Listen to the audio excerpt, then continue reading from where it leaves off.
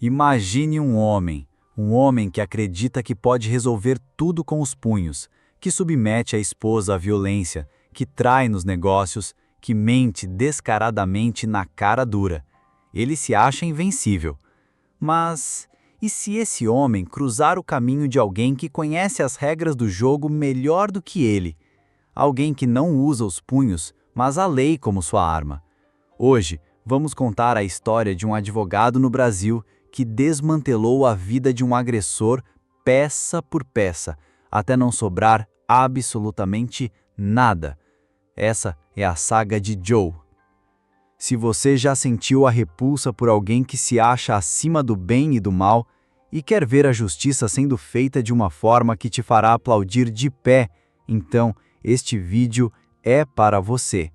Dê seu like, inscreva-se no canal e ative o sininho, porque aqui a vingança é um prato servido com a precisão da lei.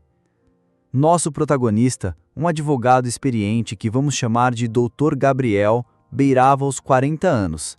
Mais de uma década de trincheira no foro, enfrentando todo tipo de gente. Mas a lição mais valiosa, ele conta, veio de um velho mestre, seu supervisor de estágio nos tempos de faculdade de Direito, lá nos anos 90. Aquele advogado, com um olhar cansado, mas sábio, disse a Gabriel: "Um advogado tem 3 deveres, meu jovem. Primeiro, com você mesmo. Segundo, com o tribunal. E por último, com o cliente." Ele frisava: "Sempre se coloque em primeiro lugar e o cliente por último. Sabe por quê? Porque cliente te sacaneia, te joga para debaixo do ônibus sem piscar." Gabriel, na flor da idade, com a cabeça fervilhando de ideais, talvez não tenha compreendido a profundidade daquela frase na época. Mas ele guardou, e essa lição valeria ouro muitos anos depois, quando um cliente de fato tentou jogá-lo para debaixo do ônibus. Vamos chamá-lo de Joe. Joe era o tipo de homem que usava a força para ter o que queria. Joe batia na esposa, mas a história de Gabriel com Joe começou de outra forma. Joe era cunhado do cliente de Gabriel. Isso mesmo, o cliente era irmão da mulher agredida e, para piorar, ex-sócio de Joe. Além da violência doméstica que chocava a família, havia uma briga de negócios séria entre os dois. Meu cliente, determinado a fazer Joe pagar por tudo, levou o caso aos tribunais e me entregou a batata quente. Joe, com seu ar de intocável, estava confiante de que suas mentiras e perjúrios descarados iriam prevalecer. Afinal, sempre funcionou para ele. Suas ameaças e, sim, seus punhos já tinham garantido um acordo tranquilo com sua ex-mulher, sem pensão alimentícia, sem problemas. Ele achava que intimidar e mentir funcionariam novamente. Mas ele estava redondamente enganado, especialmente porque agora ele tinha o Dr. Gabriel no seu encalço. Após o julgamento, Dr. Gabriel conseguiu uma sentença judicial pesadíssima contra Joe. Uma dívida tão alta que Joe jamais conseguiria pagar. Joe se contorceu, se escondeu, balançou, tremeu, mas Dr. Gabriel, com a paciência e a perspicácia de um verdadeiro caçador, começou a mapear e, um por um, a localizar e apreender todos os bens de Joe. Foi um processo surpreendentemente fácil. Joe, em sua arrogância, nunca imaginou as consequências reais. Ele só foi procurar um advogado quando o oficial de justiça já estava jogando os papéis do processo aos seus pés. A essa altura, era tarde demais. Dr. Gabriel tinha uma máxima: "Se um dos meus clientes te processar, você está em apuros. Meus clientes agem antes mesmo de saberem seu nome." Mas Joe não. Joe era o oposto, e pagaria caro por isso. Dr. Gabriel examinou os bens de Joe como uma máquina de moer carne. Um por um, os imóveis, as aplicações, os carros, tudo ia desaparecendo. Depois de um tempo, Joe só tinha mais uma propriedade, uma casa alugada. Ele se agarrava a ela como um náufrago à última tábua, pois era sua única fonte de renda. Joe passou a morar no porão inacabado da própria casa, vivendo do que os inquilinos do andar de cima lhe pagavam. Ele descontava os cheques de aluguel em lojas de empréstimo consignado, ou financeiras de bairro, pagando taxas absurdas, mas valia a pena para ele. Por quê? Porque ele sabia que Dr. Gabriel ia enfeitar, ou seja, bloquear qualquer conta bancária que ele abrisse. Ele estava tentando ser um fantasma financeiro. Joe conseguiu esconder essa casa alugada por um tempo, pois ela estava em nome de uma empresa de gaveta, uma daquelas empresas com nome numérico para esconder o verdadeiro dono. Mas o investigador particular de Dr. Gabriel era bom. Ele encontrou Joe, seguiu-o até a casa. A caçada estava perto do fim. Joe tentou se defender sozinho na fase seguinte do processo, prolongando o sofrimento por anos, enquanto Dr. Gabriel perfurava seus véus corporativos e desvendava suas patéticas tentativas de fraude à execução. Tentar passar os bens para o nome de outras pessoas. Mas no final a lei prevaleceu. Dr. Gabriel obteve a ordem para tomar a última casa de Joe, aquela onde ele se arrastava no porão inacabado. O dia chegou. Joe saiu um dia para comprar um maço de cigarros na padaria da esquina. Quando ele voltou, a cena era digna de filme. O oficial de justiça havia trocado as lechadas. Joe estava expulso, sem aviso, sem chance de pegar nada. Foi então que o advogado de Joe, um colega que o defendia pro bono, ou seja, de graça porque a essa altura Joe não tinha um centavo para pagar ninguém, ligou para Dr. Gabriel. "Meu cliente pode pelo menos morar no porão?" perguntou, a voz quase suplicante.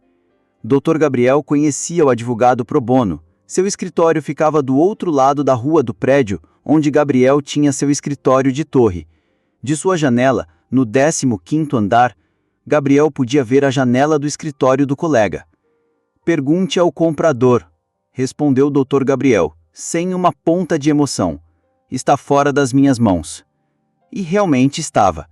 Dr. Gabriel disse ao advogado de Joe que o novo proprietário, um laranja, um dos funcionários de confiança do seu cliente, não deixaria Joe voltar para o seu cafofe no porão.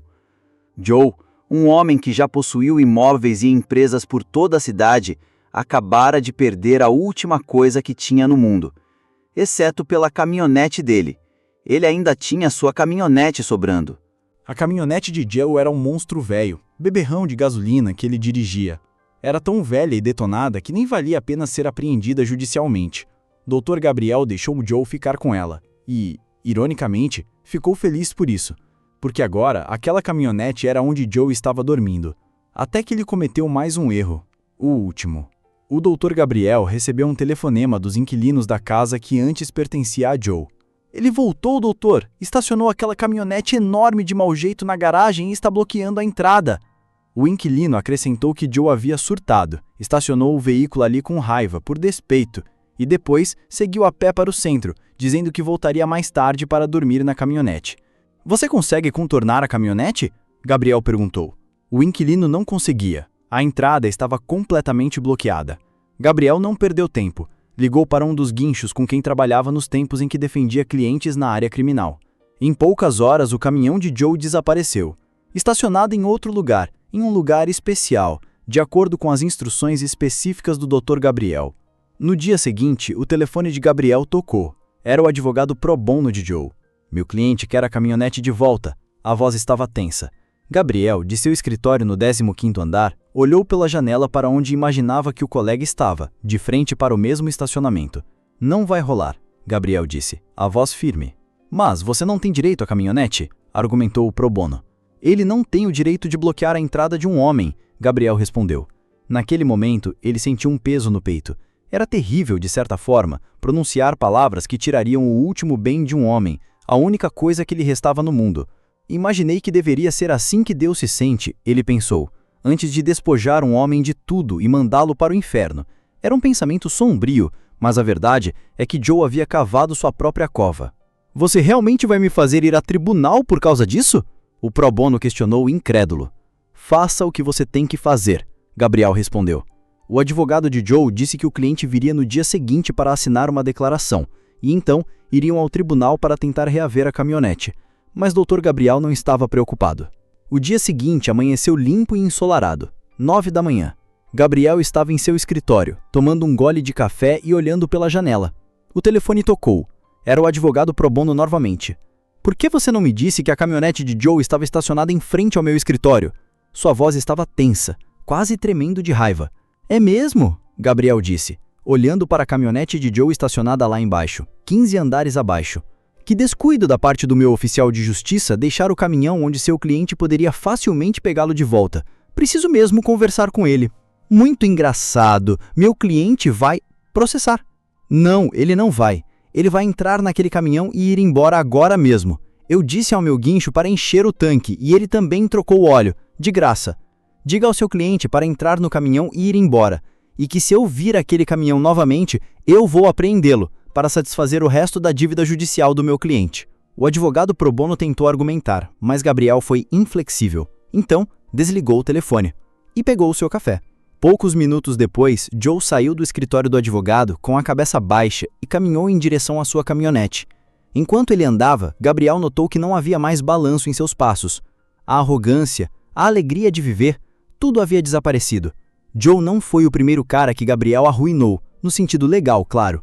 E não seria o último, mas foi o único cuja ruína final ele testemunhou do alto de seu escritório.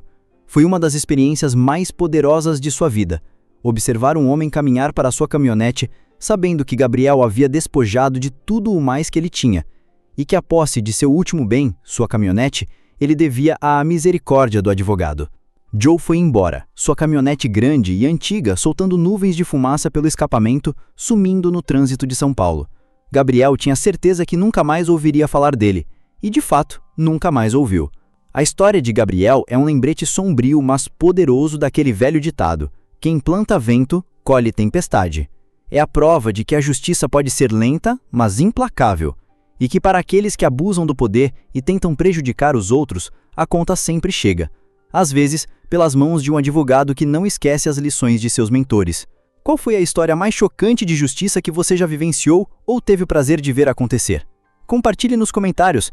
E se você gostou dessa dose de Lei do Retorno, não se esqueça de curtir o vídeo, se inscrever no canal e compartilhar com seus amigos.